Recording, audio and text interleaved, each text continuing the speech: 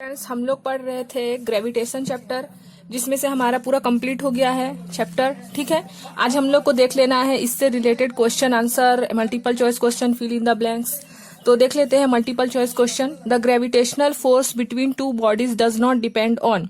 जब हम लोग दो बॉडी में ग्रेविटेशनल फोर्स लगाते हैं, दो बॉडी कोई सा भी ले लेते हैं, तो वो किस पे डिपेंड नहीं करता है? प्रोडक्ट ऑफ देयर मासेस, मास पे डिपेंड नहीं करता है। उन दोनों के जो प्रोडक्ट होता है मास का, उस पे डिपेंड नहीं करता है। ठीक है, ग्रेविटेशनल फोर्स जो है वो मास पर डिपेंड नहीं करता है, प्रोडक्ट ऑफ मास पर। ठीक है, अब देख लेते हैं वैल्यू ऑफ जी। तो हम लोग सबको याद है कैपिटल जी का वैल्यू, स्मॉल जी का वैल्यू तो 9.8 मीटर पर सेकंड स्क्वायर है, लेकिन कैपिटल जी का वैल्यू कितना है? 6.67 इंटू 10⁻⁻11 न्यूटन मीटर स्क्वायर पर केजी स्क्वायर। ठीक है, कैपिटल जी का वैल्यू। अब देख लो यहाँ पर स्मॉल जी का वैल्यू क्या होगा? वैल्यू ऑफ ग्रेविटेशनल एक्सिलरेशन, जिसको हम लोग स्मॉल जी बोलते हैं, ग्रेविटेशनल एक्सिलरेशन को, उसका वैल्यू हम लोग को पता है 9.8 मीटर पर सेकंड स्क्वायर है, लेकिन कभी कभी हम लोग उसको 10 मीटर से भी यूज करते हैं। 9.8 को भी हम लोग कभी कभी कैलकुलेशन में 10 लिख सकते हैं। ठीक है, अब देखो according to universal law gravitation, हम लोग यूनिवर्सल लॉ ऑफ ग्रेविटेशन पढ़ चुके हैं। इन सब का लिंक मैं डिस्क्रिप्शन बॉक्स में डाल दूंगी, तो आप लोग प्रीवियस वीडियो जो भी नहीं देखे हो ग्रेविटेशन चैप्टर से रिलेटेड, या फिर force and law, Newton's law, ये सब नहीं देख पाए हो तो डिस्क्रिप्शन बॉक्स में लिंक है, आप लोग चाहो तो दोबारा देख सकते हो, रिविजन कर सकते हो। ठीक है, क्योंकि आप लोग का अब एग्जाम भी होगा, तो रिविजन करना चाहो तो आप लोग कर सकते हो। देखो the value of according to universal law of gravitation the force acting between two bodies of masses m1 m2। जब हम लोग ये यूनिवर्सल लॉ पढ़े थे, जब जिसमें दो बॉडी का जो मास था m1 m2 और डिस्टेंस r था, तो उसका कौन सा फॉर्मूला बना था यूनिवर्सल लॉ ऑफ ग्रेविटेशन का? ये वाला फॉर्मूला बना था ना, F=g m1 upon m2 m1 into m2 upon r square. ये वाला फॉर्मूला है यूनिवर्सल लॉ ऑफ ग्रेविटेशन का। ठीक है, अब हम लोग देख लेते हैं 5 नंबर। देखो 5 नंबर में क्या दिया है? A body is moving upward, opposing gravitational pull of earth. Upward ऊपर के डायरेक्शन में काम कर रही है, अपोजिंग। ठीक है, और ग्रेविटेशनल फोर्स जो है वो नीचे खींच रहा है अर्थ की ओर। बॉडी ऊपर है, अर्थ नीचे खींच रहा है। ठीक है, what will be the velocity at the highest point reached. तो अर्थ तो उसको नीचे खींच रहा है, और वो जो भी ऑब्जेक्ट हो तो नीचे आएगा ही। इसका मतलब जो उसमें हाईएस्ट पॉइंट है वो 0 हो जाएगा। ठीक है, क्योंकि उसमें कुछ भी ग्रेविटेशनल जो फोर्स लग रहा है वो अर्थ की ओर लग रहा है, इसीलिए, और वो अपवर्ड डायरेक्शन में, इसीलिए 0 हो जाएगा। ठीक है, फिल इन द ब्लैंक्स देख लेते हैं। On earth the weight of body having 10 kg mass will be. देखो हमारा जो अर्थ है उसमें बॉडी का जो वेट है वो 10 kg है, तो मास कितना होगा? ठीक है, तो 98 न्यूटन होगा। ठीक है, 10 kg अगर मास है तो उसका जो 10 kg अगर वेट है तो मास कितना होगा? 98 न्यूटन होगा। ठीक है, तो 98 कहाँ से आएगा? हम लोग 9.8 ग्रेविटेशनल पढ़े हैं ना, 9.8 ग्रेविटेशनल एक्सिलरेशन, उससे मल्टीप्लाई करेंगे तो 98 न्यूटन आ जाएगा। ठीक है, अब देखो a body falling from rest from highest H will have velocity, highest H मतलब हो रहा है a body falling from rest. ठीक है, रेस्ट में था, अब उसको हम लोग छोड़ दिए नीचे की ओर, तो उसका हाईएस्ट वेट कितना हो जाएगा? v² = 2gh। उसका जो वेलोसिटी है वो कितना बन जाएगा? v² = 2gh। याद करना पड़ेगा इसको, v² = 2gh होगा। ठीक है, और यूनिवर्सल ग्रेविटेशनल कांस्टेंट हम लोग को पता है कैपिटल जी का वैल्यू 6.67 इंटू 10⁻⁻11 न्यूटन मीटर पर केजी स्क्वायर। ये याद करना पड़ेगा, है ना। कैपिटल जी का value universal gravitation capital G, और ग्रेविटेशनल एक्सिलरेशन स्मॉल जी, तो स्मॉल जी का वैल्यू तो 9.8 होता है। अब देखो the value of gravitational acceleration का जो एसआई यूनिट है वो क्या है? Metre per second square. हम लोग पढ़े हैं ना 9.8 मीटर पर सेकंड स्क्वायर, तो एसआई यूनिट क्या है? मीटर पर सेकंड स्क्वायर है। ठीक है, ग्रेविटेशनल एक्सिलरेशन का। If two object different masses are dropped from the same height, दो ऑब्जेक्ट है जिसका डिफरेंट मास है। मास मतलब मान लो एक 10 kg का है और एक मान लो 1 kg का है, लेकिन हम लोग उसको सेम हाइट से उसको नीचे गिराते हैं, तो उसका टाइम क्या लगेगा? सेम लगेगा। हम लोग पढ़ चुके हैं कि मास का कोई भी कनेक्शन नहीं होता है इससे। ठीक है, तो हमारा ये ऑब्जेक्टिव टाइप क्वेश्चन कंप्लीट हो गया है। अब हम लोग देखते हैं क्वेश्चन नंबर 3 से। क्वेश्चन नंबर 3 में हमारा क्या बोल रहा है? What will be the gravitational force between earth and object 1 kg placed on its surface here mass 6 into 10⁻24 kg the distance from the earth and earth surface is 6400 kilometre. तो इसको मैं आप लोगों को बता चुकी हूँ, पहले समझा चुकी हूँ, फिर भी एक बार देख लेते हैं। देखो हम लोग ग्रेविटेशनल फोर्स पढ़े हैं, इसका फॉर्मूला क्या होता है? F=g capital M small m upon r square. Capital G का वैल्यू हम लोग को याद है 6.67 into 10⁻⁻11 newton metre square. Capital M का वैल्यू हम लोग को पता है 6 इंटू 10⁴, यहाँ बुक में दिया हुआ है, मास है ना, उसको रख दिए हैं। और स्मॉल एम का वैल्यू 1 kg है, उसको भी रख दिए हैं। r², रेडियस कितना दिया हुआ है यहाँ पर 6400 किलोमीटर दिया है, तो 6400 है, यहाँ किलोमीटर है, लेकिन हम लोग जो इधर लिख रहे हैं वो सब किस में है, केजी मीटर में है। मीटर है ना इसका, न्यूटन मीटर सबका, इसीलिए हम लोग किलोमीटर को किस में कन्वर्ट कर दिए, मीटर में कन्वर्ट कर दिए। इसीलिए हम लोग किलोमीटर को मीटर में कन्वर्ट करें, इसीलिए वहां पास हम लोग 1000 लिखेंगे। 1000 को हम लोग लिख सकते हैं 10⁻3, वही 10⁻3 है, क्योंकि 64 किलोमीटर है। इसको मीटर में कन्वर्ट करने के लिए हम लोग मीटर का वैल्यू 1 किलोमीटर में 1000 मीटर होता है, और 1000 मीटर को हम लोग लिख सकते हैं 10⁻3, इसलिए यहाँ ये आया। ठीक है, अब इसको हम लोग सॉल्व करेंगे तो हमारा आंसर आ जाएगा 6.25 इंटू 10⁻7 न्यूटन। ठीक है, सॉल्व तो कर लोगे, पॉइंट हटाओगे तो 100 नीचे आ जाएगा। 10⁻11 को आप लोग लिख सकते हैं 1/10 इंटू 1/10 11 टाइम्स, फिर आप लोग उसको कैंसिल आउट करोगे तो आप लोग को ये आंसर मिल जाएगा। ठीक है, अब देख लेते हैं हम लोग क्वेश्चन नंबर 4। क्वेश्चन नंबर 4 में क्या दिया है, देखो, what will be the gravitational force between to object. हम लोग का जो ग्रेविटेशनल फोर्स क्या होगा जब the mass of one object is double, अगर एक मास जो है उसको हम लोग क्या कर दे, डबल कर दे। तो सबसे पहले हम लोग को ये याद होना चाहिए, ऑब्जेक्ट ऑफ ग्रेविटेशनल फोर्स के लिए फॉर्मूला हम लोग को याद है, पहले लिख देंगे according to Newton universal gravitational law, if two masses m1 m2, कोई दो मास ले लिए m1 m2 और उसका जो डिस्टेंस है वो r है। ठीक है, दो मास लिए थे और उनके बीच का जो डिस्टेंस था वो r था, पढ़ चुके हैं ग्रेविटेशनल फोर्स वाला, डिस्क्रिप्शन बॉक्स में लिंक है, नहीं देखे हो तो देख लेना एक बार।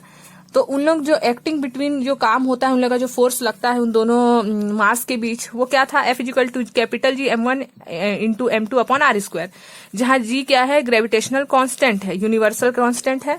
इसी G का वैल्यू हम लोग अभी पढ़ चुके हैं 6.67 इंटू 10⁻11 न्यूटन मीटर पर स्क्वायर। ठीक है, अब यहाँ से क्वेश्चन नंबर 1 स्टार्ट होता है, the distance between the mass of one object is double. तो देखो, मास ऑफ वन ऑब्जेक्ट, एक ऑब्जेक्ट को अगर हम लोग डबल कर दें, ठीक है, तो डबल कर दिए, तो इसी फॉर्मूला में हम लोग बस 2 लगा दिए क्योंकि डबल कर रहे थे। तो यहां से हम लोग को पता चल गया, from this it is clear that is gravitational force present in between the two object become double. दो ऑब्जेक्ट है तो वो डबल हो जाएगा, और वही तो क्वेश्चन बोला था। अब इसी फॉर्मूला में हम लोग वैल्यू रखते जाएंगे। देखो, क्वेश्चन नंबर 2 में क्या बोला, the distance between the object is triple. अब ट्रिपल बोला है, डिस्टेंस को ट्रिपल बोला है। डिस्टेंस कौन है, आर डिस्टेंस है हमारा, तो डिस्टेंस ट्रिपल। यहाँ मास डबल बोला था इसलिए मास में 2 मल्टीप्लाई किए थे, अभी डिस्टेंस ट्रिपल बोला है इसलिए डिस्टेंस में 3 मल्टीप्लाई किए। देखो, फॉर्मूला यही वाला है, यही फॉर्मूला है, बस डिस्टेंस बोला था इसलिए नीचे में 3 मल्टीप्लाई कर दिए। इसी को सॉल्व किए हैं, G m1 इंटू m2 3 3 जा 9 r²। तो यहाँ लिख दिया, it is clear that the gravitational force decrease 9 times, decrease हो गया 9 टाइम्स। ठीक है, 9 टाइम्स क्या हो गया, कम हो गया। अब क्वेश्चन नंबर 3 क्या है, देखो, mass of both the object is double. अभी पहले वन ऑब्जेक्ट को डबल बोला था, ठीक है, इसलिए 2 मल्टीप्लाई किया। अभी बोथ, दोनों मास को डबल कर दो बोल रहा है, तो दोनों मास को डबल करेंगे, यानी कि m1 को भी डबल करना है, m2 को भी डबल करना है, तो 2 2 जा 4 m1 m2 हो जाएगा। तो यहाँ से हम लोग क्या देखें, 4 टाइम इंक्रीज हो गया। नीचे में करते हैं तो डिवाइड होता है इसके, इसलिए डिक्रीज बोले, और ऊपर में करते हैं तो डबल होता है ना, इंक्रीज होता है, तो 2 जा 4 हुआ। बस इतना ही करना था हम लोग को, तो ये क्वेश्चन इतना में कंप्लीट हो जाएगा। सिर्फ आप लोगों को ये फॉर्मूला याद रखना है ना। उसका क्वेश्चन नंबर 1 2 3 में 1 मास डबल बोला था, तो 1 मास में डबल किए। सेकंड वाले में डिस्टेंस ट्रिपल बोला था, तो डिस्टेंस में ट्रिपल कर दिए। थर्ड वाले में दोनों मास को डबल बोला था, तो दोनों में 2 को कर दिए। ठीक है, अब क्वेश्चन नंबर देख लेते हैं 5। Why does a sheet of paper fall slower then A ball made up of the sheet. देखो, बोल रहा है कि जब हम लोग जो उसका सरफेस एरिया होता है, सीट है यानी कि पेपर है और एक बॉल है, तो हम लोग को पता है सरफेस एरिया, जैसे आप लोग इस पेन का सरफेस एरिया देखोगे तो इसका सरफेस एरिया नीचे में है, इसका सरफेस एरिया बहुत पतला है, लेकिन वहीं आप लोग अगर हाथ देखो, हैंड देखोगे तो उसका सरफेस एरिया बहुत चौड़ा है। ठीक है, तो इसमें क्या है, फ्रिक्शन, जो एयर रहेगा वो उसको क्या करेगा, रोकेगा नीचे आने से ग्रेविटेशनल फोर्स से। ठीक है, तो वही है, surface area of the sheet of paper is more due to which the air friction, ठीक है, इज मोर फॉल स्लोली। इसीलिए जो हमारा पेपर है, सीट लेते हैं, वो एयर फ्रिक्शन की वजह से नीचे आने में टाइम लगाता है। किसके कंपैरिजन में, बॉल के कंपैरिजन में। वैसे ही फेदर हो जाता है, फेदर में भी बहुत लाइट वेटेड होता है, इसलिए उसमें भी एयर फ्रिक्शन ज्यादा होता है और वो फेदर को धीरे धीरे धीरे धीरे नीचे लाता है। इसलिए वो हम लोग को लगता है कि जो लाइट चीज है, जो हल्की चीजें है, वो नीचे स्लोली आती है, जबकि ऐसा नहीं है। ठीक है, जिसका हम लोग देखेंगे एयर फ्रिक्शन जिसमें ज्यादा होता है, जिसका सरफेस एरिया ज्यादा होता है, उसको टाइम लगता है नीचे आने में। क्वेश्चन नंबर 6 क्या है, what is the importance of, इसको आप लोगों को लिख देना है, ठीक है। Surface area of the sheet of paper is more due to which the air friction is more, it falls slowly. 6 में क्या है, what is the importance of the universal law of gravitation. Universal law of gravitation हम लोग पढ़ चुके हैं, F equal to G m1 m2 upon r square, ठीक है। m1 m2 दो मास है, r इसका क्या है, डिस्टेंस है, और g क्या है, यूनिवर्सल ग्रेविटेशनल कांस्टेंट है। इसका यूज क्या है, मतलब ये इंपॉर्टेंस क्या रखता है हम लोग की लाइफ में, ठीक है। तो इसका क्वेश्चन इसमें हम लोग लिख सकते हैं, 4 इंपॉर्टेंस लिख दिए हैं। It helps in understanding various object bird ETC on earth.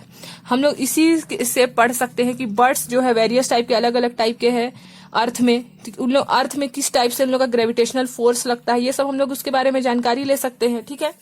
It helps in construction aircraft, space shuttle, rocket, artificial satellite ETC।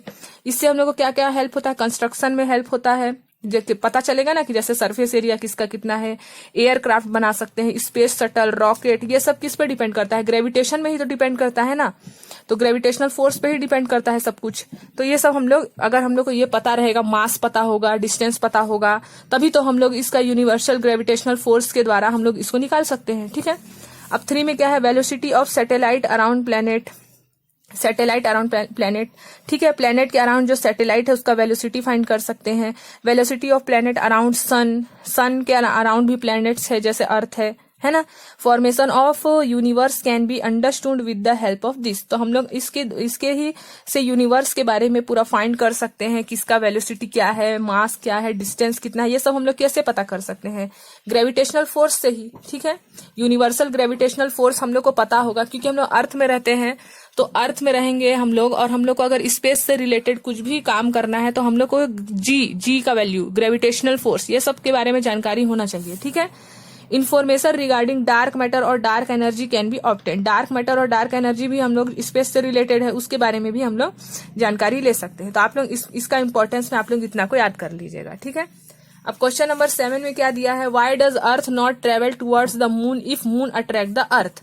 जो अर्थ है वो तो मून का ट्रेवल नहीं करती है, मून करता है ना अर्थ का ट्रेवल, तो क्यों ऐसा है। This because the mass of earth is मोर, जो मास ऑफ अर्थ है वो ग्रेटर है मून से, सॉरी अर्थ बड़ा होगा मून छोटा है, ठीक है। तो अर्थ का जो मास है वो ज्यादा है, ठीक है, किससे, मून से। तो इसी को लिख देंगे आंसर में यहाँ पास, this because the mass of earth is more and hence it is very high inertia. जो अर्थ है उसका इनर्शिया हाई है, ठीक है। वो अपने आप में कोई भी चेंजेस को क्या करता है, रोकता है। इनर्शिया का काम यही है, टू रेजिस्ट एनी चेंज, है ना। वो क्या करता है, जो भी हैवी, जैसे इसका इनर्शिया ज्यादा है, किसका, अर्थ का, मून से, तो जो अर्थ है वो अपने आप में किसी भी चेंजेस को होने से रोकेगा, ठीक है। इसीलिए जो अर्थ है वो अपने जगह पे रहता है, जबकि मून उसको ट्रेवल करता है, क्योंकि मून का इनर्शिया क्या है, कम है। अब क्वेश्चन नंबर 8 में क्या है, a ball is thrown vertically upward with speed of 49 calculate. ये वाला मैं आप लोगों को बॉल वाला बता चुकी हूँ, पूरा समझा चुकी हूँ, ठीक है। तो आप लोग इसको उस वीडियो से देख लीजिएगा। ये बॉल वाला मैं आप लोगों को बता चुकी हूँ, अपवर्ड डायरेक्शन में जो हम लोग बॉल को करे थे ना, जिसका हाइट फाइंड किए थे, तो आप लोग इसको देख सकते हैं। फिर भी एक बार समझ लीजिएगा, वाला वीडियो देख के डिस्क्रिप्शन बॉक्स में लिंक है, देख लीजिएगा, ठीक है। यहाँ तक है, यहाँ तक कंप्लीट होगा। क्वेश्चन नंबर 9 है, इसको भी मैं आप लोगों को बता चुकी हूँ। If a body is thrown vertically upward at speed 10 metre, after how much time with velocity reach back to us. First law of motion हम लोग को पता है, v equal to u plus AT। और हम लोग अगर क्या पढ़ रहे हैं, अर्थ से रिलेटेड पढ़ रहे हैं अभी हम लोग, वेलोसिटी रीच बैक अर्थ की ओर आ रहा है। तो मैं बताई थी आप लोगों को, एक्सिलरेशन जो है वो ड्यू टू ग्रेविटी हो जाएगा, इसीलिए एक्सिलरेशन जी हो जाएगा, और अपवर्ड डायरेक्शन में जा रहा है, वर्टिकली है, इसीलिए प्लस का माइनस कर देंगे, बस इतना ही चेंजेस होगा। वेलोसिटी हम लोग को पता है, इसमें 0 बता रहा है, और जो u है इनिशियल वेलोसिटी कितना बचा रहा है, 10 मीटर है, और टाइम तो हम लोग को फाइंड करना है, ठीक है। और g का वैल्यू हम लोग यहाँ पास 9.8 या फिर 10 यूज कर सकते हैं, तो g का वैल्यू 10 यूज कर लिए हैं। 10 को इधर ट्रांसफर करेंगे माइनस 10t को, तो प्लस 10t हो जाएगा, और यहाँ 10 बचा, t का वैल्यू कितना आ जाएगा, 1 सेकंड, यानी कि अर्थ तक उसको वापस आने में कितना टाइम लगेगा, 1 सेकंड का। और लेकिन ऊपर गया भी है, नीचे आया भी है, तो हम लोग को 2 से मल्टीप्लाई कर देंगे, यानी कि 2 second. So the object reaches to original position within 2 second, क्योंकि ऊपर जाने नीचे आने में 2 सेकंड लग जाएगा, ठीक है। अब देखो, when ball reach to its original position, then according to first law of motion, ठीक है। v is equal to u plus g t, क्योंकि अब वो अपने फर्स्ट उसमें आ जा रहा है, पोजीशन, फाइनल पोजीशन में आ जा रहा है, ठीक है। इसलिए v इक्वल टू यही वाला फॉर्मूला है, लेकिन यहाँ पास प्लस लगा है क्योंकि इसमें वर्टिकली जा रहा था, अभी नॉर्मली नीचे आ रहा है, ठीक है, इसीलिए। तो 0 + 10 इंटू, वर्टिकली में हमेशा माइनस लगेगा, ठीक है। अब देखो वर्टिकली मतलब ऊपर फेंकना, तो देखो यहाँ पास वही प्लस लग गया है। यहाँ पास g का वैल्यू तो 10 रखेंगे, टाइम तो 1 सेकंड निकाले थे हम लोग, है ना, तो 10 मीटर पर सेकंड। तो इसका फाइनल वेलोसिटी कितना निकालिए, 10 metre per second, time 1 second आया था, और अगर ऊपर जाने नीचे आने दोनों में पूछेगा तो 2 सेकंड, ठीक है। ऐसे ही हमारा क्वेश्चन नंबर 10 है, the gravitational force between to object is F, in which situation the gravitational force between to object, the two object will be 4F। मतलब हम लोग का कौन कौन सा ऐसा सिचुएशन है जब ग्रेविटेशनल यूनिवर्सल फोर्स जो है वो 4F हो जाए। तो एक सिचुएशन ये वाला है ना, ये जो है इसमें हम लोग ऐसा क्या क्या चेंजेस करें कि हमारा आंसर क्या आ जाए, 4F आ जाए, ठीक है, ये आ जाए। तो क्या करें, सबसे पहले हम लोग कंडीशन रखें, इफ फोर्स बिकम 4 टाइम्स, अगर हम लोग फोर्स को क्या कर दे, 4 टाइम्स कर दे, ठीक है, between two object becomes half. अगर फोर्स हम लोग 4 टाइम्स करेंगे तो जो उसके बीच का डिस्टेंस है वो क्या हो जाएगा, हाफ हो जाएगा। इसीलिए हम लोग यहाँ पास r/2 कर दिए हैं, ठीक है। तो r/2 है, इसमें स्क्वायर है, यानी कि r²/2 यानी कि 4²। इसको हम लोग रेसिप्रोकल करेंगे तो 4 ऊपर चले जाएगा, है ना। इसको हम लोग लिख सकते हैं ना, r²/2 2 जा 4। तो 4 यहाँ पास डिवाइड में मल्टीप्लाई में होने से रेसिप्रोकल हो जाता है, तो 4 ऊपर चले गया। और gm1 m2/r², gm1/r² किसका वैल्यू है, f का वैल्यू है, तो इसको हम लोग रिप्लेस कर दिए है f से, तो 4f आया। यानी कि हम लोग बोल सकते हैं जब हम लोग फोर्स को क्या कर दिए, 4 टाइम्स कर दिए, तो हमारा जो डिस्टेंस है वो क्या हो गया, हाफ हो गया, ठीक है। तो यार इससे 4F आया, यही लाना था। अब सेकंड कंडीशन में हम लोग क्या कर सकते हैं, हम लोग ये कर सकते हैं कि जो मास है उसको डबल कर देंगे, दोनों मास को, यानी कि m1 m2 दोनों को डबल कर देंगे, यानी कि 2 2 जा 4 हो जाएगा। अगर m1 को भी डबल करेंगे, m2 को भी डबल करेंगे, तो 2 2 जा 4 लिख सकते हैं। तो अब यहाँ से हम लोग 4 को बाहर निकाल दिए, क्या बचा, gm1 m2/r², gm1 m2/r² equal to f है ना, इसके इक्वल f यहाँ रख दिए, यानी कि इस ये कंडीशन में भी 4F आएगा। और थर्ड कंडीशन क्या है, the mass of each object is double, दोनों ऑब्जेक्ट को ही हम लोग डबल कर देंगे। यहाँ पास हम लोग क्या कर रहे थे, 4 टाइम्स कर दिए थे मास को, और यहाँ पास दोनों को डबल कर दिए है, ठीक है, 2m1 m2 कर दिया है, तो इससे भी 4 आ जाएगा। 4 को बाहर निकाल देंगे तो gm1/r² बचेगा, और इसका वैल्यू क्या है, f है, तो इससे भी 4F आ जाएगा, ठीक है। ऐसे ही हमारा क्वेश्चन नंबर 12 है, 11 को नहीं बताई हूं मैं, ठीक है, 11 को छोड़ देना है, 12 नंबर देख लेंगे। Derive an equation, find acceleration produced due to earth on an object of mass m, also find its value। इसका वैल्यू फाइंड करना है। मैं आप लोगों को इसका स्मॉल g का वैल्यू बता चुकी हूँ, ठीक है, हम लोग स्मॉल g का वैल्यू पढ़ चुके हैं, फिर भी एक बार देख लेते हैं। इफ मास ऑफ अर्थ, जो मास ऑफ अर्थ है उसको कैपिटल M ले लिए, रेडियस r ले लिए है, और force on object by earth, ये फॉर्मूला हम लोग जानते हैं, F equal to g m capital m/r², universal gravitation का फॉर्मूला है। न्यूटन का सेकंड लॉ हम लोग को पता है, F = ma होता है, लेकिन हम लोग F = ma पढ़े हैं ना, मास इंटू एक्सीलरेशन, लेकिन हम लोग ड्यू टू ग्रेविटी पढ़ रहे हैं, इसलिए a को चेंज कर दिया g में, ठीक है। अब ग्रेविटेशनल एक्सीलरेशन जो है इक्वेशन नंबर 1 और 2 को हम लोग क्या करेंगे, कंपेयर करेंगे। f का वैल्यू कितना है, mg है, तो यहाँ f का वैल्यू mg रख देंगे। देख लो यहाँ f का वैल्यू क्या रख दिए है, इक्वेशन नंबर 2 से mg रख दिए है, और gm/r² यहाँ है, ठीक है। अब यहाँ से स्मॉल m से स्मॉल m कैंसिल हो गया, तो क्या बचा, स्मॉल g कैपिटल m/r² बचा। अब हम लोग यहाँ से सब्सटीट्यूट करेंगे g का वैल्यू क्या है, 6.67 × 10⁻11 न्यूटन मीटर स्क्वायर, और r का वैल्यू हम लोग को पता है 6.4 × 10⁻6 मीटर। जो रेडियस है वो इतना होता है, याद रखना है इसको आप लोगों को। और मास जो है अर्थ का मास तो याद हो गया होगा, हम लोग बहुत जगह देखे हैं, 6 × 10⁻24 kg। जब इसको हम लोग सॉल्व करेंगे तो हमारा आंसर क्या आ जाएगा, 9.8। तो याद आप लोगों को याद भी हो गया है, g का value 9.81 metre per second square, ठीक है। तो हमारा ग्रेविटेशनल चैप्टर कंप्लीट हो गया है, ठीक है। आप लोग नोट कंप्लीट कर लीजिएगा। अब हम लोग नेक्स्ट वीडियो में देखेंगे वर्क एंड एनर्जी, ठीक है।